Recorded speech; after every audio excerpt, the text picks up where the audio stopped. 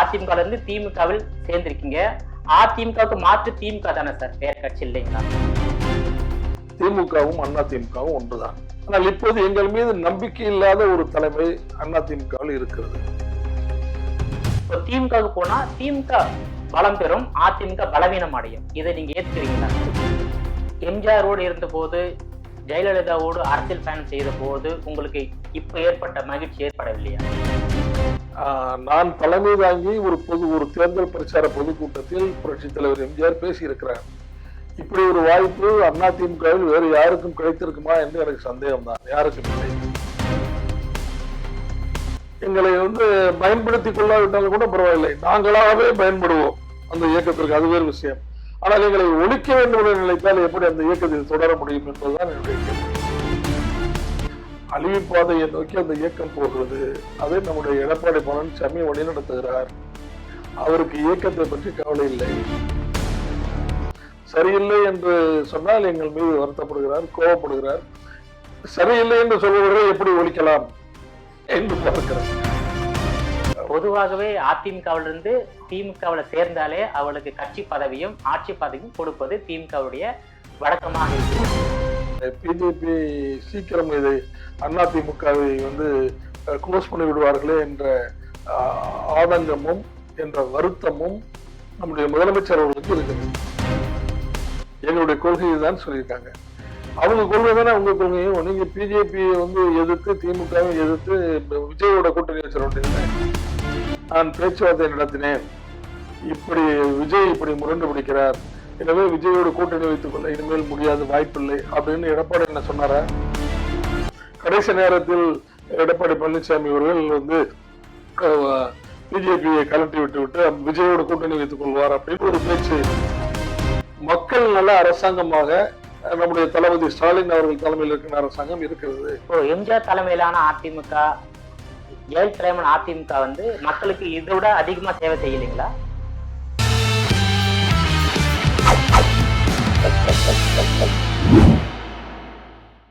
GeM TV நேயர்கள் அனைவருக்கும் வணக்கம். அரசியல் ஆடுகள பகுதியில் அதிமுகவிலிருந்து திமுகவில் இணைந்துள்ள தமிழகத்தின் முன்னாள் அமைச்சர், தமிழகத்தின் முன்னாள் நாடாளுமன்ற உறுப்பினர் அன்வர் ராஜா அவர்கள் நம்மோடு இணைந்துள்ளார். அவரிடம் இன்றைய அரசியல் நிலவரம் குறித்து விரிவாக விவாதிக்கலாம். சார் வணக்கம் சார். வணக்கம் சார். எப்படி இருக்கீங்க சார்? நல்லா இருக்கு சார். எம்ஜிஆர் காலத்து அரசியல்வாதி நீங்க, எம்ஜிஆருடன் பயணம் செய்தீங்க. ஏறக்குறைய அதிமுகவில் 53 ஆண்டு காலம் அரசியல் பயணம் செய்திருக்கீங்க. இப்போ திடீர்னு அதிமுக இருந்து திமுகவில் சேர்ந்திருக்கீங்க. அதிமுகவுக்கு மாற்று திமுக தானே சார் வேற கட்சி இல்லைங்களா? இல்ல, ரெண்டுமே திராவிட இயக்க கொள்கைகளை கொண்ட கட்சி. ரெண்டு கட்சிக்கும் பெரிய வேறுபாடு எதுவுமே இல்லை. அந்த காலத்துல இந்த கட்சி ஸ்பிளிட் ஆகும்போது ரெண்டு தலைவர்களுக்கு இடையே இருந்த மனக்கசப்பு தான் ஸ்பிளிட்டுக்கு காரணமா இருந்தது தவிர கொள்கை ரீதியாக எந்த பிளவும் இல்லை. அன்றும் இல்லை, இன்றும் இல்லை. மொழிக் கொள்கை, மாநில சுயாட்சி கொள்கை, மாநிலங்களுக்கு அதிக அதிகாரம் வேண்டுதல், மாநிலங்களுக்கான உரிமைகளை பெறுதல், மாநிலங்களுக்கான நிதி ஒதுக்கீட்டை பெறுதல், இப்படி மாநில உரிமைகளை பெறுதல், மனித உரிமைகளை காப்பாற்றுதல், மானத்தோடு மனிதன் வாழ வேண்டும் என்று தந்தை பெரியார் அவர்கள், பேரறிஞர் அண்ணா அவர்கள் சொன்ன அந்த தத்துவத்தை பின்பற்றுதல், இவைகள் எல்லாவற்றிலும் திமுகவும் அதிமுகவும் ஒன்றுதான். இப்ப நான் அங்கிருந்து இப்ப அதிமுகவில் இங்க வந்திருக்கேன்னா என்ன காரணம்னா, அதிமுகவில் நான் இருந்த போது புரட்சித் தலைவர் எம்ஜிஆர் அவர்கள் என் மீது மிகுந்த நம்பிக்கை வைத்திருந்தார்கள். நான் அவர்கள் மீது மாறாத அன்பும் பக்தியும் வைத்திருந்தேன், அப்படி கூட சொல்லலாம். அதற்கு பிறகு அவருடைய மறைவுக்கு பிறகு புரட்சித் தலைவர் அம்மா அவர்களும் அதே பண்பாட்டோடு தான் எங்களை எல்லாம் போற்றி வளர்த்தார்கள். ஆனால் இப்போது எங்கள் மீது நம்பிக்கை இல்லாத ஒரு தலைமை அதிமுகவில் இருக்கிறது. எனவே நான் அந்த தலைமையின் கீழ் பணியாற்ற முடியாது என்பதால் அடுத்த சாய்ஸ் எனக்கு நம்ம திராவிட முன்னேற்ற கழகம் தான். வேற எங்கும் எங்களை போன்றவர்கள்லாம் வேற எங்கும் போக முடியாது. எனவேதான் திராவிட முன்னேற்ற கழகத்துக்கு வந்தேன்.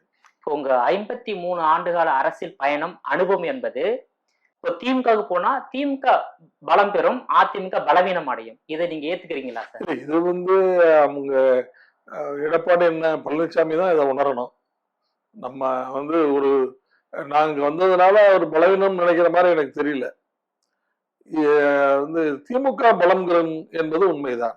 என்னால் முடிந்தவரை திராவிட முன்னேற்ற கழகத்தினுடைய வெற்றிக்கு, கட்சியினுடைய ஒற்றுமைக்கு, கட்சியினுடைய கட்டுப்பாட்டுக்கு முடிந்தவரை நான் பணியாற்றுவேன்.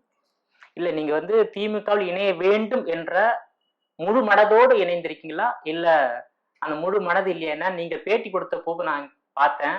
வேற வழி இல்லாம தான் சேர்ந்திருக்கேன்னு ஒரு அப்படி இல்லை. அதாவது எப்படின்னா, திராவிட முன்னேற்ற கழகத்தில் இணைவதற்கு முன்பு நான் என்னை தயார்படுத்தி கொண்டு ஒரு 6 மாதமாக, நான் 4-5 மாதமாக கொஞ்சம் கொஞ்சமாக என்னுடைய மனதை பக்குவப்படுத்தி கொண்டு, நாம் வந்து நம்மை நம்பாத ஒரு தலைமையின் கீழ் பணியாற்றுவதை விட, நம்மை நம்பி விரும்புகின்ற ஒரு தலைமையின் கீழ் பணியாற்றலாம். 2 கொள்கைக்கும் எந்த வேறுபாடும் எந்த மாறுபாடும் இல்லை என்பதால் வந்து நம்முடைய தளபதி மு.க. ஸ்டாலின் அவர்கள் தலை சிறந்த தலைவராக இருக்கிறார், எல்லோருக்குமான தலைவராக இருக்கிறார், எல்லோருக்கும் எல்லாம் என்று பேரறிஞர் அண்ணா அவர்கள் சொன்னதை தன்னுடைய வாழ்க்கை, தன்னுடைய அரசியலுடைய தாரக மந்திரமாக வைத்து செயல்படுகிறார். எனவே நாம் அதற்கு நம்மை தயார்படுத்தி கொண்டு மனதளவில் நான் விரும்பித்தான் திராவிட முன்னேற்ற கழகத்தில் இணைந்தேன்.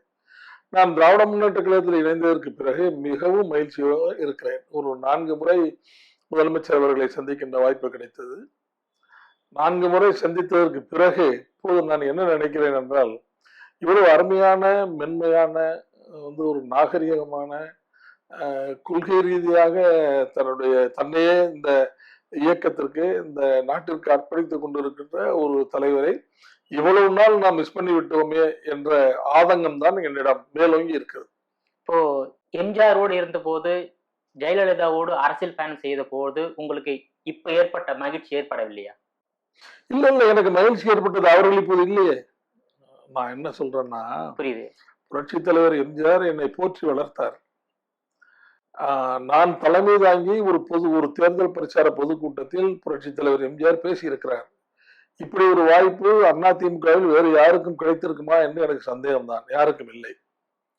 அருப்புக்கோட்டை இடைத்தேர்தலில் வீர சோழன் என்ற ஒரு கிராமத்தில் நடந்த தேர்தல் பிரச்சார பொதுக்கூட்டத்திற்கு நான் தான் தலைமை தாங்கினேன். அந்த கூட்டத்தில் புரட்சி தலைவர் எம்ஜிஆர் அவர்கள் பேசினார்கள். 1986 ஜூலை 13-14 நடைபெற்ற மதுரை எம்ஜிஆர் மன்ற மகாநாட்டில், அந்த மகாநாட்டின் ஊர்வலத்தை அம்மா அவர்கள் துவக்கி வைத்தார்கள். அதற்கு முன்னிலை வைத்தவன் நானும் வந்து நெல்லை இளமதி என்று ஒரு எம்ஜிஆர் மன்ற தோழர் 2 பேரும் தான் முன்னிலை வைத்தோம். அந்த அளவு என்னை உயர்த்தி புரட்சி தலைவர் எம்ஜிஆர் அவர்கள் பார்த்தார்கள். அந்த மகாநாட்டிலும் பேசுவதற்கு ஒரு 3-4 பேருக்கு தான் வாய்ப்பு கிடைத்தது. அதில் எனக்கும் பேசுவதற்கு வாய்ப்பு கொடுத்தார். நான் பேசியதற்கு பிறகு மறுநாள் வந்து பாண்டியன் ஹோட்டலுக்கு வா என்று என்னை வர சொல்லி அங்கு மிகுந்த அளவில் என்னை பாராட்டி ஆட்சி மன்ற குழு உறுப்பினராக அன்று நியமித்தார். அதிமுகவின் ஆட்சி மன்ற குழு என்பது சாதாரணமானதல்ல. 15 பேரை கொண்டதுதான் அது ஆட்சி மன்ற குழு. அதுதான் எல்லா முடிவுகளையும் எடுக்கக்கூடிய உயர்மட்ட குழு. வேட்பாளர்கள் தேர்வு அல்லது கட்சியில் மாறுதல்கள் செய்தல் எல்லாமே அதுதான் செய்ய வேண்டும். எனவே அந்த குழுவில் நான் இருந்தேன். 15 பேர். நம்பர் 1 புரட்சி தலைவர் எம்ஜிஆர், வரிசையாக எல்லாம் அமைச்சர்கள் தான். 14வது செல்வி ஜெயலலிதா எம்பி, 15வது அன்வர்ராஜா ஊராட்சி ஒன்றிய பெருந்தலைவர். இப்படி ஒரு மிகப்பெரிய அந்தஸ்தை எனக்கு புரட்சி தலைவர் தந்தார். ஆனால் அந்த தலைவர்களாம் இப்போது இல்லை. புரட்சி தலைவர் அவருடைய பெயரை சொல்லி அரசியல் நடத்துகின்றவர்கள், புரட்சி தலைவரால் போற்றி வளர்க்கப்பட்ட எங்களை போன்றவர்களை ஊக்கப்படுத்தாவிட்டாலும் பரவாயில்லை, எங்களை வந்து பயன்படுத்தி கொள்ளாவிட்டாலும் கூட பரவாயில்லை, நாங்களாகவே பயன்படுவோம் அந்த இயக்கத்திற்கு, அது வேறு விஷயம். ஆனால் எங்களை ஒழிக்க வேண்டும் என்று நினைத்தால் எப்படி அந்த இயக்கத்தில் தொடர முடியும் என்பதுதான் என்னுடைய கேள்வி. இயக்கம் பெரிதா, நீங்க பெரியதா சார்? இல்ல, இயக்கம் தான் பெரியது. அந்த இயக்கத்தை காப்பாற்ற முடியவில்லை. நான் என்ன சொல்கிறேன் என்றால், அழிவு பாதையை நோக்கி அந்த இயக்கம் போகிறது. அதை நம்முடைய எடப்பாடி பழனிசாமி வழிநடத்துகிறார். அவருக்கு இயக்கத்தை பற்றி கவலை இல்லை. தான் இருந்தால் போதும், தான் பொதுச் செயலாளராக இருந்தால் போதும், இந்த இயக்கம் நம்முடைய கையில் இருந்தால் போதும் என்பதுதான் அவருடைய நோக்கமாக இருக்கிறது. இதிலிருந்து அவரை வந்து, நீங்கள் ஒரு பொதுநோக்கோடு வாருங்கள், நீங்கள் தான் பொதுச் செயலாளர், நீங்கள் தான் முதலமைச்சர் வேட்பாளர், அதிமுக வெற்றி பெற்றால் நீங்கள் தான் முதலமைச்சர், அதில் யாருக்கும் எந்த ஆட்சேபனையும் இல்லை, நம்முடைய கழகத்தில் இணைய போகிறேன் என்று சொல்லிக் கொண்டிருக்கிற ஓபிஎஸ் கூட எல்லாவற்றையும் நீங்கள் வைத்துக் கொள்ளுங்கள், சாதாரண தொண்டனாக என்னை சேர்த்துக் கொள்ளுங்கள் என்றுதான் சொல்கிறார். எனவே நீங்கள் அதிலே சந்தேகப்பட வேண்டிய அவசியம் இல்லை. எனவே நீங்கள் அவர்களை எல்லாம் சேர்த்துக் கொள்ளுங்கள், அப்போதான் நாம் வெற்றி பெற முடியும் என்று நாங்கள் எவ்வளவு சொன்னோம்.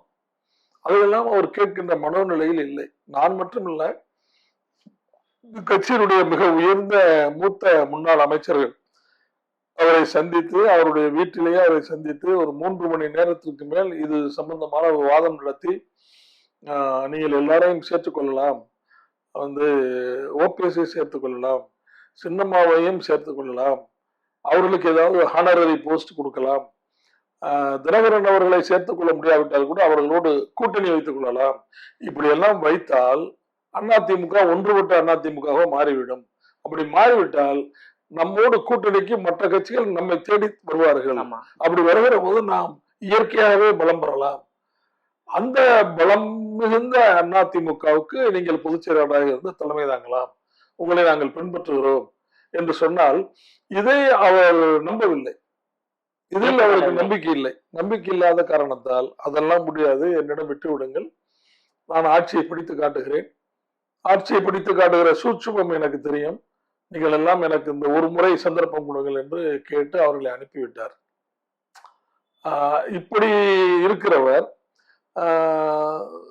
இப்போது இருக்கின்ற சிலரை மட்டும் தன்னுடைய கையில் வைத்துக் கொண்டு இந்த அரசியல் கட்சியை நடத்தி செல்கிறார். இது சரியில்லை என்று சொன்னால் எங்கள் மீது வருத்தப்படுகிறார், கோபப்படுகிறார்.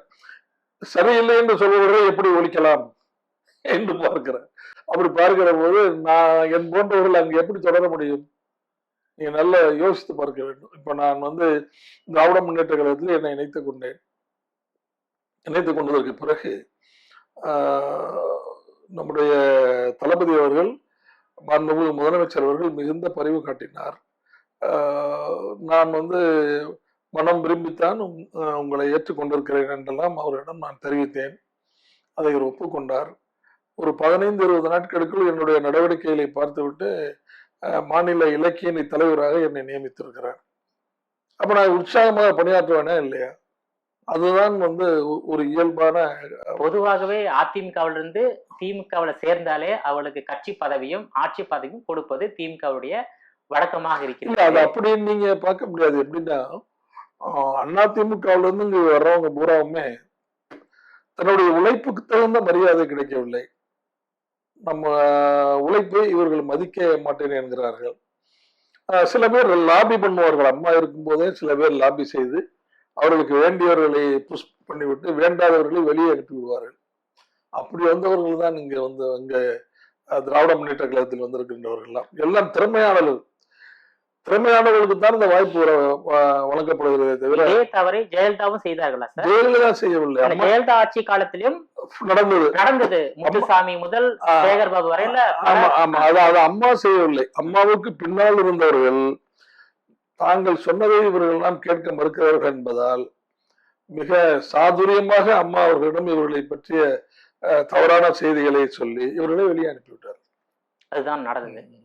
இப்ப எம்ஜிஆர் திமுகவில இருந்து நீக்கப்பட்டார். எம்ஜிஆர் அதிமுகவை 1972ஆம் ஆண்டு கலைஞர் எதிர்த்தான் தொடங்கினார். சோ அந்த இயக்கம், ஜெயலலிதாவால் வளர்க்கப்பட்ட இயக்கம் இப்போ பின்னடைவை நோக்கி சென்று கொண்டிருக்கிறது. நீங்க இந்த பின்னடைவை நீங்க சந்தோஷம் ஏத்துக்கிறீங்களா, இல்ல வருத்தம் இருக்கிறதா? மிகுந்த வருத்தம் இருக்கிறது. சாதாரணமான வருத்தம் இல்லை, மிகுந்த வருத்தம் இருக்கிறது. ஏனென்றால் நான் ஸ்ட்ராட்டஜியை வைத்து யோசிக்கிறவன். அதிமுகவும் இருந்தால்தான் திமுகவும் இருக்க முடியும். அதிமுகவும் இருந்தால்தான் திமுக ஆட்சியில் தொடர முடியும், இருக்க முடியும். அதிமுகவை எதிர்த்து திமுக அப்படிங்க என்ற அந்த ஒரு நிலை இருக்க வேண்டும். ஒரு திராவிட கட்சி அழிந்து விடக்கூடாது. இதுதான் தளபதி ஸ்டாலின் அவர்கள் சிந்தனையும் இப்படித்தான் இருக்கிறது. அதாவது அதிமுக அழியக்கூடாது, திமுக அழியக்கூடாது. உங்க நிலைப்பாடு அதுதான், முதலமைச்சர் நிலைப்பாடு அதுதான். முதலமைச்சர் என்ன நினைக்கிறாருன்னா, அதிமுக அழிந்து விடக்கூடாது, இவர்கள் தேவையில்லாமல் பிஜேபியோட கூட்டணி வைத்திருக்கிறார்களே, பிஜேபி சீக்கிரம் இதை அதிமுகவை க்ளோஸ் பண்ணி விடுவார்களே என்ற ஆதங்கமும் என்ற வருத்தமும் நம்முடைய முதலமைச்சர் அவர்களுக்கு இருக்கிறது. நீங்க வந்து அதை ஏத்துக்கல. அதிமுக, பாஜக நீங்க ஏத்துக்கல, விமர்சனம் செய்தீங்க. அதனாலதான் கட்சியில இருந்து நீக்கப்பட்டீங்க. ஆனா அதே திமுக வந்து ஒரு காலகட்டத்துல கட்சியில் பாஜகவுடன் கூட்டணி வைத்தாங்களே. இல்ல அதனாலதான், அதாவது எப்படின்னா, கட்சியிலிருந்து நீக்கப்பட்டேன் என்பதல்ல. நான் வந்து அறிவாலயத்துக்கு போய் உள்ளே போயிட்டேன் என்பதை தெரிந்து கொண்டு அவர் நீக்கினார்கள். பரவாயில்ல, நீக்கினாலும் சரிதான், நீக்காவிட்டாலும் சரிதான். நீங்க பிஜேபியோடு கூட்டணி வைப்பது தவறு என்று நான் சொல்லவில்லை. காலூன்ற முடியாதுன்னு சொல்லியிருந்தீங்க. இல்ல இல்ல, அது அது அப்புறம் நான் சொல்றேன், அதுக்கு சொல்றேன்.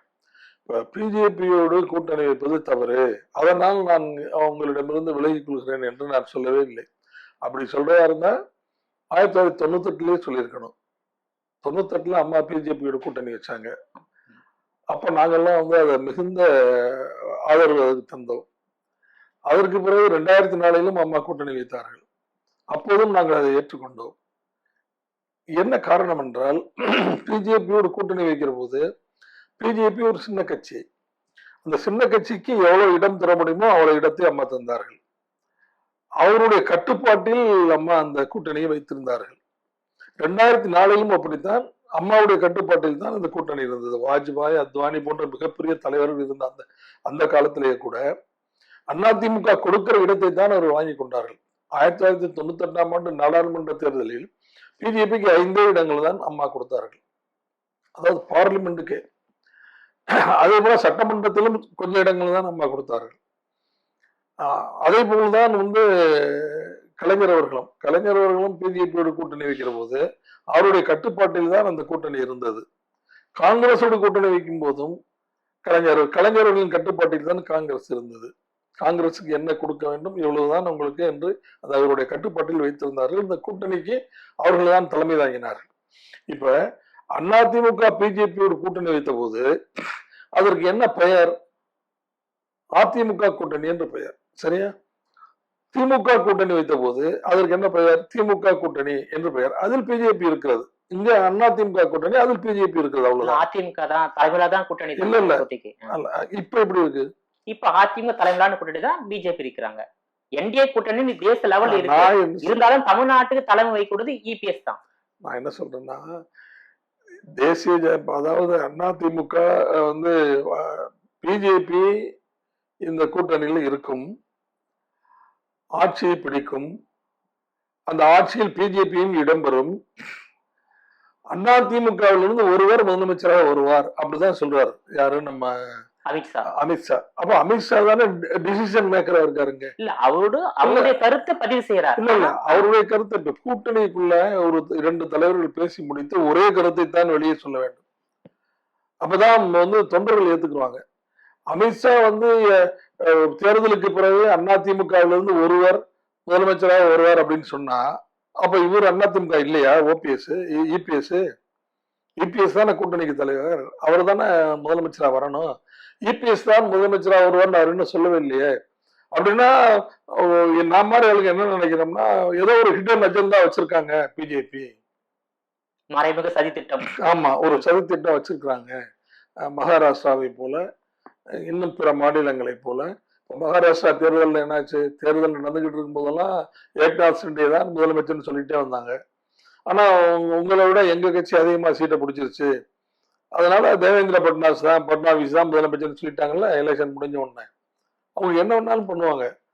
அதனால அவங்க மேல நம்பிக்கையின்மை இருக்கிறது. அந்த நம்பிக்கையை அவர்கள் ஏற்படுத்த வேண்டும். இல்லைன்னா வந்து 2 தொண்டர்களும் ஒன்றா வேலை செய்ய மாட்டாங்க. அதிமுகவும் பிஜேபியும் ஒருங்கிணைந்து பணியாற்றினால்தான் அந்த தேர்தல் உருப்படும். இதுவரை கூட ஒருங்கிணைப்பு இல்லை. நீங்க முதல் 15 நாள் வந்து எடப்பாடி பழனிசாமி அவருடைய சுற்றுப்பயணத்தில் என்ன பேசினார் உங்களுக்கு தெரியுமா? என்ன பேசினார்? ஏதாவது அரசியல் கருத்துக்களை இப்போதாவது ஏதாவது சொல்லி கொண்டிருக்கிறார். சட்டம் ஒழுங்கு சரியில்லை, அப்படி இப்படி ஏதோ சொல்றாரு. ஆனால் முதல் 15 நாள் அவர் பேசுகிற எல்லா கூட்டங்களிலுமே அவர் என்ன பிரதான கருத்து என்ன சொன்னார் என்றால், வந்து இந்த கூட்டணிக்கு நான் தான் தலைவர், நான் தான் முதலமைச்சர் வேட்பாளர் என்று அவர் தான் சொல்லிக் கொண்டிருந்தாரே தவிர, அவர் சொல்வது உண்மைதான், அவர் தான் முதலமைச்சர் வேட்பாளர், மக்களுக்கு எந்த சந்தேகமும் வேண்டாம், அவர் தேர்தல் பிரச்சாரம் செய்கிறார், நீங்கள் நம்புங்கள், நாங்கள் சொல்கிறோம் என்று பிஜேபியில இருந்து யாராவது சொன்னார்களா?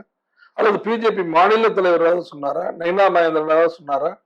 நயினார் நாகேந்திரன் அதற்கு பதிலாக என்ன சொன்னார் என்றால், எங்களுக்கு இந்த தேர்தலை பற்றி கவலை இல்லை, 2029 நாடாளுமன்ற தேர்தலை பற்றி தான் நாங்கள் கவலை கொண்டிருக்கிறோம் என்றுதான் அவர் சொன்னார். எனவே முன்னுக்கு பின் முரணாக இப்போதும் அந்த கூட்டணி இருக்கிறது. இப்படியெல்லாம் வரும் என்றுதான் நாங்கள் சொன்னோம். அதனால் அதிமுகவின் கட்டுப்பாட்டில் இல்லாத அந்த கூட்டணி ஜெல்லாகாது, கீழே ஜெல்லாகாது. நீங்கள் ஒன்றை புரிந்து கொள்ள வேண்டும்.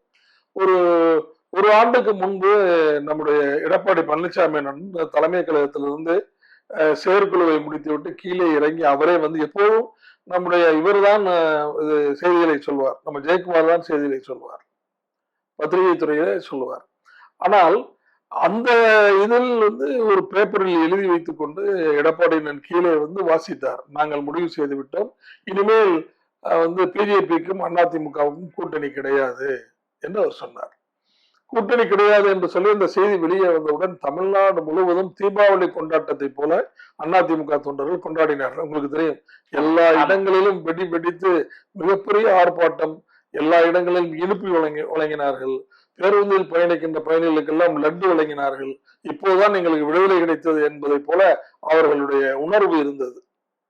இப்ப மறுபடியும் இப்ப வந்து பிஜேபியோட கூட்டணி என்று மறுபடியும் இப்போது சொல்கிற போது அதிமுகவில் எந்த விதமான ரிஃப்ளெக்ஷனும் இல்லை தொண்டர்களிடம். மயான அமைதி அதிமுக தமிழ்நாடு பூராவும் இருந்தது. என்ன பொருள் அது? ஏன்னா அந்த கூட்டணியை தொண்டர்கள் ஏற்கவில்லை. பிஜேபி அதிமுக கூட்டணியை தொண்டர்கள் ஏற்கவில்லை. தொண்டர்கள் ஏற்கவில்லை என்றால் இந்த இந்த கூட்டணியாக நாங்கள் இருக்கிறோம், இப்படியெல்லாம் எதிர்காலத்தில் நாங்கள் கூட்டணி வைத்து மக்களுக்கு பணியாற்ற போகிறோம் என்ற செய்தியை ஜனங்களிடம் கொண்டு போய் சேர்ப்பது இந்த கட்சியினுடைய தொண்டர்கள் தான். இவர்களே மனமில்லாமல் இருக்கிற போது, இவர்களே தங்களுடைய மனதில் இந்த கூட்டணிக்கு இடம் தராமல் இருக்கிற போது இந்த கூட்டணிக்காக என்னுடைய வெற்றிக்காக எப்படி உழைப்பார்கள்? இப்ப பாஜக இடத்துல வேற எந்த கட்சிய அதிமுக இணைச்சுக்கலாம்? ஏன்னா காங்கிரஸ் ஆல்ரெடி திமுகவுல 21 ஆண்டுகளாக பயணம் செய்துட்டு வராங்க. ஏற்கனவே 14 கட்சிகள் திமுக கூட்டணியில இருக்கிறாங்க. சோ வந்து வேற கட்சி இல்லையா சார்? அதாவது நீங்க வந்து ஒன்ன புரிஞ்சுக்கிறோம், ஒரு புதிய கட்சியை விஜய் துவக்கி இருக்கிறார். ஆமா, ஒரு மகாநாட்டை நடத்தி காண்பித்திருக்கிறார். இன்னொரு மகாநாடு சீக்கிரத்தில் மதுரையில் நடக்க போகிறது. பிரம்மாண்டமான தயாரிப்புகள் அந்த மாநாட்டுக்காக நடக்கின்றன. அவர் ஒரு கொள்கை பிரகடனத்தை சொல்லியிருக்கிறார். என்னவென்றால், எங்களுடைய கொள்கை எதிரி பிஜேபி, அரசியல் எதிரி திமுக என்று பிரகடனப்படுத்தி விட்டார். இப்போது கூட நடைபெற்ற அந்த செயற்குழு, அவருடைய செயற்குழு கூட்டத்திலே கூட, பொதுக்குழு கூட்டத்திலே கூட மீண்டும் அதை உறுதிப்படுத்தி இருக்கிறார். நாங்கள் தனித்துத்தான் போட்டியிடுவோம், எங்களுடைய கொள்கையை தான் சொல்லியிருக்காங்க. அவங்க கொள்கை தானே உங்க கொள்கையும். நீங்க பிஜேபி வந்து எதிர்த்து திமுகவும் எதிர்த்து விஜயோட கூட்டணி வச்சிட வேண்டியதானே? விஜய் தான் முதலமைச்சர் வேட்பாளர் சொல்றாரு. அதே இப்படி சார் அதிமுக எவ்வளவு பெரிய கட்சி, தாவக எவ்வளவு பெரிய கட்சி சார்? நீங்க கூட்டணி பேச்சுவார்த்தை நடைபெற்றதாகவும் தகவல் வந்துள்ளது. இல்ல, நீங்க சொல்றது பூரா யூகம். நீங்க வந்து கூட்டணி பேச்சுவார்த்தை நடந்தது, நான் தான் முதலமைச்சர் என்று விஜய் சொல்கிறார், இத்தனை இடம் கேட்கிறார், அத்தனை இடம் கேட்கிறார் என்று சொல்வதெல்லாம் யூகத்தின் அடிப்படையிலே தான் தவிர, நான் பேச்சுவார்த்தை நடத்தினேன், இப்படி விஜய் இப்படி முரண்டு பிடிக்கிறார், எனவே விஜயோட கூட்டணி வைத்துக் கொள்ள இனிமேல் முடியாது, வாய்ப்பில்லை அப்படின்னு எடப்பாடி என்ன சொன்னாரா? சார் எடப்பாடி என்ன சொன்னார்னாக்கா, திமுகவை வீழ்த்தக்கூடிய கட்சிகள் எல்லாம் ஓரணியில் திரளுங்கள், அதிமுக தலைமைக்குன்னு சொல்லிட்டு கூவி கூப்பிட்டாரு. தாவேக கூப்பிட்டாரு, கூப்பிட்டாரு. ஆனா இவங்க போலயே சார் கூட்டணி அமைக்க. சார் நீங்க கூப்பிட்டது எப்ப? நீங்க வந்து பிஜேபி கூட்டணி வச்சுட்டு கூப்பிடுறீங்க. பிஜேபியோட கூட்டணி வைத்து விட்டு நீங்க எல்லாரும் மொத்த போனா எங்களோட வாங்க, நம்ம ஒட்டுமொத்தமா பிஜேபி திமுகவை எதிர்ப்போம் நீங்க கூப்பிடுறீங்க. அது எப்படி சாத்தியப்படும்? அது எப்படி ஒரு அவர் தான் ஏற்கனவே வந்து ஒரு ஃப்ரேம் பண்ணிட்டாரு, ஃப்ரேம் பண்ணி சொல்லிட்டாரு. நீங்க கடைசி டிசம்பர் வரையும் காத்துக்கிட்டு இருக்க வேண்டியதானே? ஏன் நீங்க அதுக்கு மேல பிஜேபி கூட்டணிக்கு போறீங்க? பிஜேபி கூட்டணிக்கு போகணுங்கிற அழுத்தம் உங்களுக்கு எங்கிருந்து வந்தது? ஏன் திடீர்னு அதுக்கு போறீங்க? திடீர்னு இங்க இருந்து நீங்க போறீங்க, நாங்க எங்களுடைய கட்சியினுடைய அலுவலகம் கட்டப்பட்டிருக்கிறது, அதை நான் பார்க்க போகிறேன் என்று சொல்லிவிட்டு போய் 3 கார்கள் மாறி அமித்ஷாவை போய் நீங்கள் சந்திக்க வேண்டிய காரணம் என்ன? பாஜக தான் சார் இன்னைக்கு இந்தியாவில் வலுவான கட்சி, தொடர்ந்து 3 முறை ஆட்சி அமைத்த கட்சி. அதனால வலுவான கட்சியுடன் கூட்டணி அமைக்க வேண்டும் என்றதுல அப்படி கூட்டணி அமைக்கிறது போனீங்க. அதை சொல்லிட வேண்டியதுன்னா, நாங்க கூட்டணி அமைக்கிறதுக்காக பிஜேபியுடன் கூட்டணி அமைப்பதுக்காக நான் போனேன், கூட்டணி பேச்சுவார்த்தை நடந்தது, கூட்டணி பேச்சுவார்த்தை நான் கூட்டணியாக செயல்படுவதுன்னு முடிவு செய்துவிட்டோம். நீங்க சொல்லிட வேண்டியதுதானே. நீங்க வெளியே வந்து நான் மனு கொடுக்க போனேன்னு சொல்றீங்க. ஆனா அதுக்கடையில அவரும் வந்து அமித்ஷா வந்து ட்விட்டர்ல போட்டாரு, அதிமுக பிஜேபி கூட்டணி பேச்சுவார்த்தை முடிந்து விட்டது போட்டாரு. அப்ப என்ன டிஃபரன்சியேஷன் உங்களுக்குள்ள தெரியுது? நீங்க உங்களுக்கு மேல மக்களுக்கு நம்பிக்கை வரணுமா இல்லையா? மக்கள் யாரை நம்புகிறார்களோ, எந்த தலைவரை நம்புகிறார்களோ, அந்த தலைவர் எந்த கட்சியின் தலைவரோ அந்த கட்சி வேட்பாளருக்கு தான் ஓட்டு போடுவாங்க. ஆமா, இதுதான் வந்து தமிழ்நாட்டில் நடந்துகிட்டு யதார்த்தமான உண்மை. இதுதான். நீங்க அதிமுகவில் இருந்த போது, இப்பதான் திமுக சேர்ந்தீங்க, அதிமுக தாவேகா பேச்சுவார்த்தை நடத்தப்பட்டதா இல்லையா சார்? அது தெரியல. ஏன்னா வந்து உங்களுக்கு தெரியாம எதுவும் நடந்தது இல்ல சார். இது வந்து எப்படின்னா, அமைப்பு செயலாளரா இது வந்து திரைமறைவில் நடக்குது சார். எல்லா அமைப்பு செயலாளரே 60 பேர் இருக்காங்க அதிமுகவுல. எல்லாத்துக்கும் எல்லாம் தெரியாது. இது குறிப்பிட்ட முன்னணி தலைவர்களுக்கு எடப்பாடி என்ன சொன்னாரா சொல்லலையான்னு எனக்கு தெரியல. சொல்லி இருக்கிறதுக்கு வாய்ப்பு இல்லை. அந்த மாதிரி எல்லாத்தையும் சொல்லிட்டு இந்த பேச்சுவார்த்தை நடத்த முடியாது. இல்ல அப்படி செஞ்சிருக்கலாம், அதுக்கு ஒரு வாய்ப்பு இருந்துச்சு. அந்த வாய்ப்பு இப்ப இல்லாம போச்சு, அவ்வளவுதான். ஆனா இப்ப பேசிக்கிறாங்களே, நீங்க பாருங்க, சில பத்திரிகையாளர்கள் பேசுறாங்களே, கடைசி நேரத்தில் எடப்பாடி பழனிசாமி அவர்கள் வந்து பிஜேபியை கலட்டி விட்டு விஜயோட கூட்டணி வைத்துக் கொள்வார் அப்படின்னு ஒரு பேச்சு அது ஆரம்பத்துல இருந்து ஓடிக்கிட்டே இருக்கு. நான் என்ன சொல்றேன், அப்படி சரி, அப்படியே இவங்க வந்தாங்கன்னா இப்போ எடப்பாடி என்ன மறுபடியும் பிஜேபில இருந்து வெளியே வர்றான்னு வச்சுக்கோங்க, மக்கள் எப்படி நம்புவாங்க? அரசியல்ல வந்து கூட்டணி மாறி அமைப்பது சகஜம். இல்ல சார், மக்கள் நம்பிக்கை வேணும்ல சார். மக்கள் உங்களை நம்பணும்ல சார். நீங்க இப்போ ஒரு கூட்டணி எப்போ ஒரு கூட்டணிங்கிறிய வந்து தவறான செய்திகளை சொல்றீங்க. ஒரு தலைவர் தவறான செய்தியை சொல்லக்கூடாது. தலைவருக்கு இந்த மாதிரி செய்திகளை சொல்வதற்கு 2ஆம் கட்ட தலைவர்களை வச்சுக்கிறோம். நீங்க எல்லா தலைவர்களும் எல்லாத்துலயும் வச்சிருந்தாங்க. கலைஞர் வந்து ஆற்காடு வீராசாமி வச்சிருந்தாரு. சில மாறுபட்ட கருத்துலாம் அவர்கிட்ட சொல்லுவாரு. இல்லைன்னா சில நேரங்கள்லாம் முரசொலி மாறன் சொல்லுவாரு. புரட்சி தலைவர் எம்ஜிஆர் வந்து இவரை வச்சிருந்தாரு, ஆரம்பி வச்சிருந்தாரு. 2ஆம் கட்ட விஷயங்கள் ஆரம்பி டீல் பண்ணுவாரு, பேசுவாரு. அவர் ஏதாவது சேஞ்ச் வந்தா ஆரம்பி சொன்னாரு, அப்படி அது சரியில்லை, இதுதான் சரின்னு தலைவர் மாத்துவார். அதை இப்ப நீங்க வந்து ஒரு 2ஆம் கட்ட தலைவரா ஜெயக்குமாரை வச்சிருந்தீங்கல்ல, ஜெயக்குமாரை பேசுறதே இல்லை. இப்ப அவரும் அதிர்ச்சியில் இருப்பதாக பேசுறதே தொடர்ந்து. நான் என்ன சொல்றேன்னா, ஜெயக்குமார் பேசுறதே இல்லை. ஏன் பேசுறது இல்லை நீங்க? ஏன்னா நீங்க வந்து உங்களுடைய பேச்சில், வாக்கில், செயலில், நடத்தையில் உண்மைத்துவம் இல்லை. நீ 6 மந்திரியை போய் பார்த்தீங்க, சந்திச்சீங்க. அந்த சந்திச்சு 3 மணி நேரம் உங்க வீட்டுல டிஸ்கஷன் நடந்தது, சண்டை நடந்தது, எல்லாமே நடந்தது. ஆனா எல்லாம் நடந்ததுக்கு பின்னாலையும் வந்து இது பரவலா பத்திரிகையில பூரா 3 மாசம் எழுதுனாங்க. கடைசியா 3 மாசம் கழிச்சு யாரும் என்னை வந்து சந்திக்கவே இல்லை, அது போய் அப்படின்னு நீங்க சொல்றீங்க. அப்போ உங்க மேல எப்படி நம்பிக்கை வரும்? மக்களுக்கு எப்படி நம்பிக்கை வருங்கிற? மக்கள் நம்பாத ஒரு தலைவர், அந்த தலைவர் போடப்படுகின்ற வேட்பாளர், இவர்களுக்கு மக்கள் வாக்களிக்க மாட்டார்கள். இதுதான் என்னுடைய கணக்கு. அப்போ நீங்க உங்களுக்கு சொல்றேன். இப்ப புரட்சி தலைவர் எம்ஜிஆர் இருக்கிறாரு, கலைஞர் இருக்கிறாரு, பேரறிஞர் அண்ணா அவங்க காலங்கள்ல எல்லாம் என்ன பண்ணுவாங்கன்னா, கட்சிக்கு நல்லா உழைச்சிருப்பான் அவர் தான், இவனுக்கு எப்படியாவது சான்ஸ் கொடுக்கணும் அப்படின்னு அண்ணாவே ஒரு வேட்பாளர் நிறுத்துவாரு. ஆனா அவன் வந்து ஜனங்களால் விரும்பப்படாத வேட்பாளராக இருப்பான். அவன் வந்து அவங்களுடைய நடவடிக்கைகள் அதெல்லாம் விரும்பப்படாத வேட்பாளர் இருப்பான். ஆனா ஆரம்பத்துல ஒரு மாதிரியா பேசினாலும், விசுவாசமா இருந்திருப்பான். ஆமா, ஆரம்பத்துல ஒரு மாதிரியா பேசினாலும் கடைசியா வந்து என்ன பண்ணுவாங்க ஜனங்கன்னா, இப்ப என்ன நம்மள செய்ய போறான், நம்ம அண்ணாவுக்காக போடுறோம், எம்ஜிஆருக்காக போடுறோம், கலைஞருக்காக போடுறோம் அப்படின்னு ஓட்ட போட்டுருவாங்க. இவன் நம்மளை என்ன செய்ய முடியும், அந்த தலைவர் நம்மளை பாதுகாப்பாங்கன்னு ஓட்ட போட்டுருவாங்க. நான் என்ன சொல்றேன்னா, இப்ப அந்த மாதிரி நீங்க இருக்கீங்களா? 2019ஆம் ஆண்டு முதல் அதிமுக தொடர் தோல்வி சந்தித்து வருகிறது. எப்படி இருக்கு? நான் என்ன சொல்றேன்னா, அந்த மாதிரி நீங்க இல்ல, உங்களை டெவலப் பண்ணவும் இல்லை. என்னுடைய வருத்தம் என்னன்னா, உங்களை நீங்க ஈஸியா டெவலப் பண்ணிருக்கலாம். ஏன்னா அந்த கட்டமைப்பு வந்து வேற யாருக்கும் கிடைக்காது. அதிமுகவிற்கு இப்ப இருக்கிற அந்த கட்டமைப்பு இருக்கு, அந்த கட்டமைப்பு கம்ப்ளீட்டா எடப்பாடி பழனிசாமியை தலைவராக ஏத்துக்கிட்டாங்க.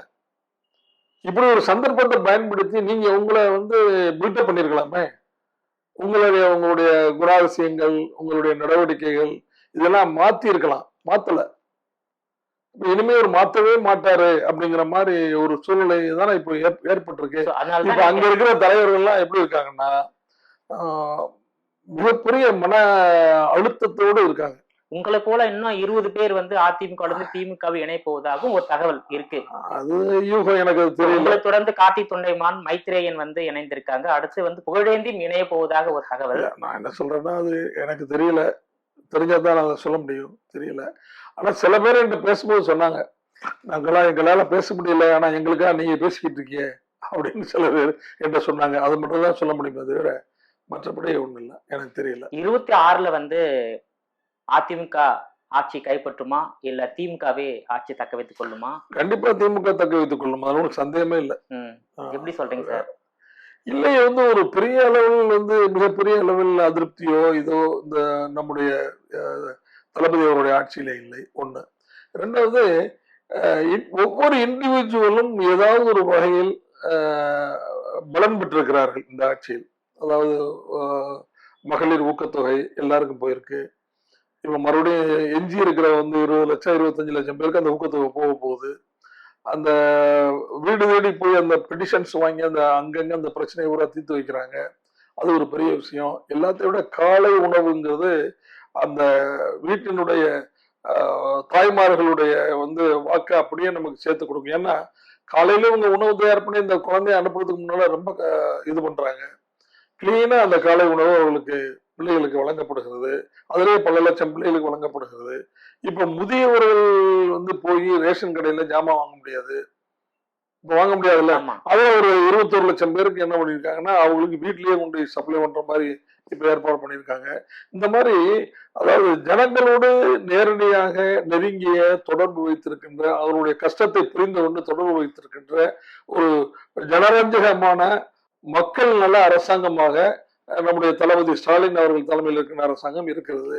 எம்ஜிஆர் தலைமையிலான அதிமுக, ஜெயலலிதா அதிமுக வந்து மக்களுக்கு இதை விட அதிகமா சேவை செய்யலைங்களா ஸ்டாலின் அரசை விட? நீங்க எந்த கம்பேரிசன் வந்து ரொம்ப தவறானது. எப்படின்னா, அவர்கள் இருக்கும்போது என்ன தேவையோ அதை செஞ்சாங்க. அம்மா இருக்கும்போது என்ன தேவையோ அதை செஞ்சாங்க.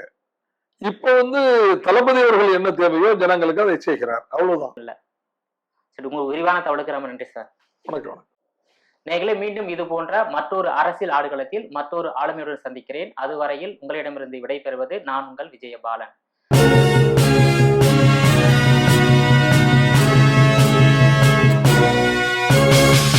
உடனுக்குடன் அப்டேட் தெரிந்து கொள்ள ஜெம் டிவி தமிழ் ஆப்பை இன்ஸ்டால் செய்யவும்.